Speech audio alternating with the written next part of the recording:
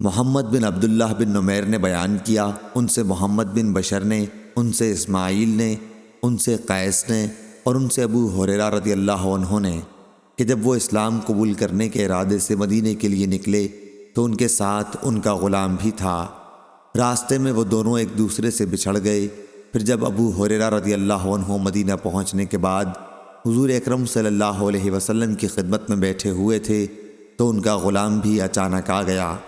آپ نے فرمایا، ابو ہریرہ یہ لو تمہارا غلام بھی آ گیا۔ ابو ہریرہ رضی اللہ عنہ نے کہا، حضور میں آپ کو گواہ بناتا ہوں کہ یہ غلام اب آزاد ہے۔ راوی نے کہا کہ ابو ہریرہ رضی اللہ عنہ نے مدینہ پہنچ کر یہ شعر کہے تھے، ہے پیاری گو کٹھن ہے اور لمبی میری رات، پر دلائی اس نے دار الکفر سے مجھ کو نجات۔ صحیح بخاری حدیث نمبر 2530۔ اسماعیل نے بیان کیا، ان سے قیس نے اور ان سے ابو ہریرہ رضی اللہ عنہ نے کہ جب میں نبی کریم صلی اللہ علیہ وسلم کی خدمت میں حاضر ہوا تھا تو آتے ہوئے راستے میں یہ شعر کہا تھا، ہے پیاری گو کٹھن ہے اور لمبی میری رات، پر دلائی اس نے دار الکفر سے مجھ کو نجات۔ انہوں نے بیان کیا کہ راستے میں میرا غلام مجھ سے بچھڑ گیا تھا۔ پھر جب میں نبی کریم صلی اللہ علیہ وسلم کی خدمت میں حاضر ہوا تو اسلام پر قائم رہنے کے لیے میں نے آپ سے بیعت کر لی۔ میں ابھی آپ کے پاس بیٹھا ہوا تھا کہ وہ غلام دکھائی دیا۔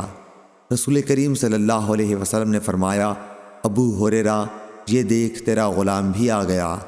میں نے کہا، حضور وہ اللہ کے لیے آزاد ہے۔ پھر میں نے اسے آزاد کر دیا۔ امام بخاری فرماتے ہیں کہ ابو کریم نے اپنی روایت میں ابو اسامہ سے یہ لفظ نہیں روایت کیا کہ وہ آزاد ہے۔ صحیح بخاری حدیث نمبر 2531۔ ابراہیم بن حمید نے بیان کیا، ان سے اسماعیل نے، ان سے قیس نے کہ جب ابو ہریرہ رضی اللہ عنہ آ رہے تھے تو ان کے ساتھ ان کا غلام بھی تھا۔ آپ اسلام کے ارادے سے آ رہے تھے، اچانک راستے میں وہ غلام بھول کر الگ ہو گیا۔ پھر یہی حدیث بیان کی۔ اس میں یوں ہے، اور ابو ہریرہ رضی اللہ عنہ نے کہا تھا، میں آپ کو گواہ بناتا ہوں کہ وہ اللہ کے لیے ہے۔ صحیح بخاری حدیث نمبر 2532۔